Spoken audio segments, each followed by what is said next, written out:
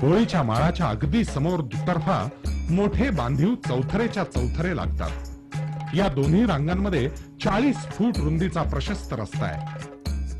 राज्याभिषेकानंतर महाराज याच रस्त्यानं जगदीश्वराच्या दर्शनाला गेले होते, त्यामुळे याला राजमार्गही म्हणतात.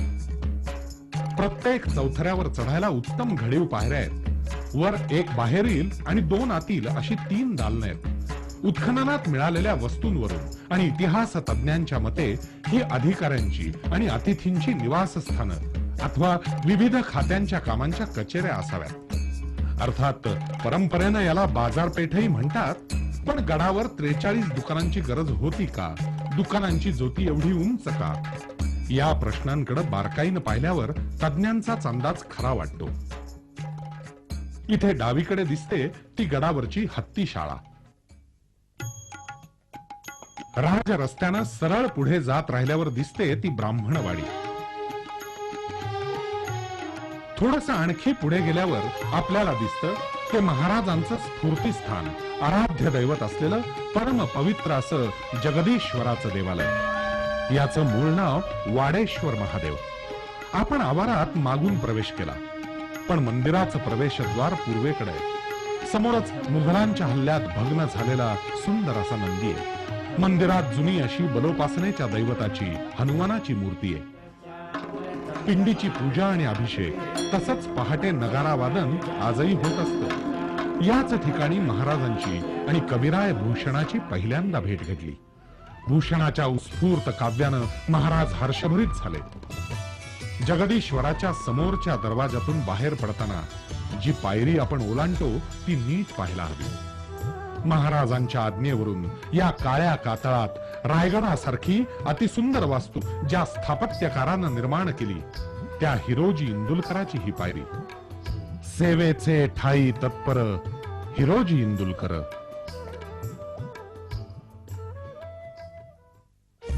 आता आपण युगपुरुषाच्या समाधीसमोर उभे राहतो. लोकमान्य टिळकांनी स्वतः पुढाकार घेऊन एकूण रायगडाचं आणि समाधीचं जतन व्हावं यासाठी जे प्रयत्न केले, त्यामुळे आज आपण हे प्रेरणास्थान चांगल्या अवस्थेत पाहू शकतो. लोकमान्य टिळकांचं हे ऋण मान्य करून महाराजांच्या समाधी समोर नतमस्तक व्हावं.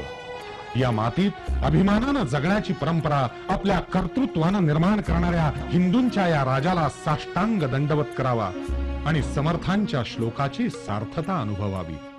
शिवराजांस आठवावे, जीवित तृणात मानावे, इहलोकी परलोकी राहावे कीर्ती रूपे. शिवरायांचा आठवावा साक्षेप, शिवरायांचा आठवावा प्रताप भूमंडळी. समाधीच्या मागच्या बाजूला दिसणारी गडावरची सगळ्यात लांब ज्योती शिबंदीची. गडावरची सगळी शिबंदी म्हणजे कर्मचारी वर्गाची ही राहण्याची जागा. समाधीच्या उजव्या हातानं खाली उतरून गेल्यावर दारू गोळ्याची कोठारं दिसतात.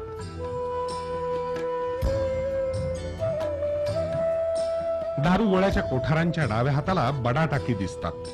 संख्येनं जास्त असली तरी त्यांना 12 टाकीही म्हणतात. अतिशय खोल अशी स्वच्छ पाण्याची ही टाकी आहे. इथूनच आपला परतीचा प्रवास सुरू होतो.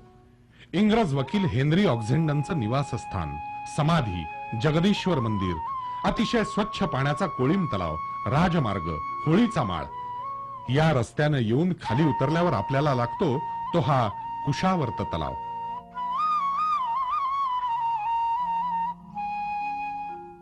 याखेरीज एवढ्या मोठ्या गडाला पुरेसा पाणी पुरवठा व्हावा यासाठी काळा हौद, हनुमान टाक,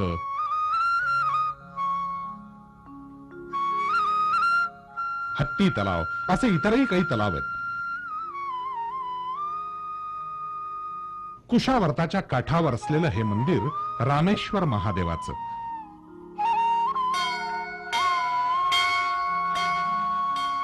कडेकडेनं असंच पुढे चालत राहिल्यावर बरेच भग्नावस्थेतले वाडे दिसतात.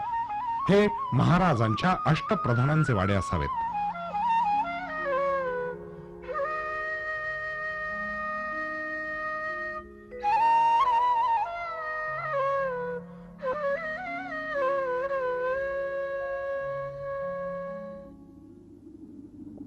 इथूनच पुढे आपण परत रोपवेच्या स्टेशन जवळ येतो, जिथून ट्रॉलीतून परतीचा प्रवास सुरू होतो. तान्ह्या मुलाच्या ओढीनं सरळसोट कडा उतरून खाली आलेल्या हिरकणीची कथा.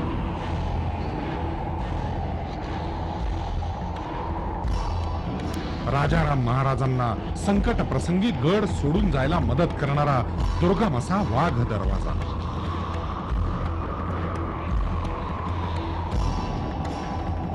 महाराजांनी जाहीर केलेला पण जिंकण्यासाठी जीवाची बाजी लावून वेगळी वाट चढणाऱ्या मावळ्याचं भवानी टोक. गुन्हेगारांचा कडेलोट करण्याची जागा म्हणून प्रसिद्ध असलेलं टकमक टोक. या आणि अशा अनेक जागांनी आणि त्यांच्या चमत्कृतीपूर्ण दंतकथांनी रायगडचा इतिहास रोमहर्षक झालेला आहे. त्यावेळी जीवाची बाजी लावून महाराजांनी आणि त्यांच्या मावळ्यांनी इतिहास घडवला आणि म्हणूनच आज आम्ही मानानं जगू शकतो.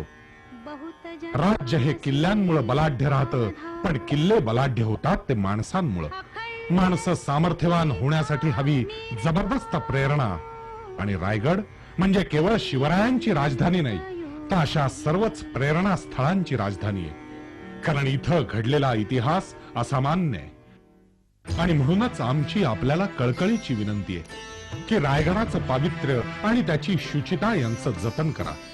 गडावर मद्यपान धूम्रपान करून आपल्या पूर्वजांच्या सांडलेल्या रक्ताचा अपमान करू नका. पादत्राण घालून महाराजांच्या सिंहासनाजवळ समाधीजवळ फिरकू नका.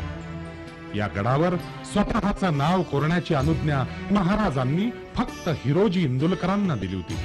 त्या व्यतिरिक्त छत्रपती शिवाजी महाराजांचं स्वतःचं नाव देखील गडावर कुठंही कोरलेलं नाही. त्यामुळे आपण स्वतःला महाराजांपेक्षा मोठं समजून आपली नावं खडून चुन्यानं रंगानं कुठंही लिहिण्याचा प्रयत्न करू नका. तेजस्वी आणि अभिमानास्पद भविष्याकडे नेणारा रायगड हा एक वास्तुपुरुष आहे, ज्यांनी शिवराज्याभिषेकाचा नयनरम्य सोहळा स्वतःच्या अंगाखांद्यावर मिरवलाय. श्री नृप शालिवाहन शके 1596 आनंद नाम संवत्सर ज्येष्ठ शुद्ध त्रयोदशी शनिवारची पहाट झाली. 5 वाजता मुहूर्ताची घटिका भरली आणि गागा भट्टांनी महाराजांना संकेत करताच महाराज सिंहासनावर आरूढ झाले. गागा भट्टांनी महाराजांवर छत्र धरलं आणि एकच जयघोष उठला. प्रताप पुरंदर क्षत्रिय कुलावतांस सिंहासनाधीश्वर महाराजाधिराज राजा शिवछत्रपती की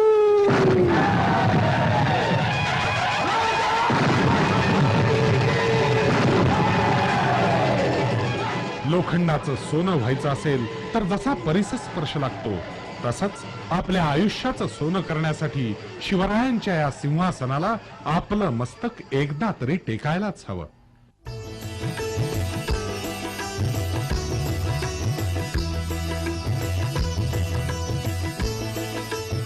गड उतरल्यावर जाताना पाचाडमध्ये क्षणभर थांबून पुण्यशील राजमाता जिजाऊंच्या भव्य वाड्याचे अवशेष बघणं आणि ज्यांनी शिवरायांना घडवलं त्या मातेच्या समाधीचं दर्शन घेणं हे प्रत्येक देशाभिमानी नागरिकाचं परम कर्तव्य आहे.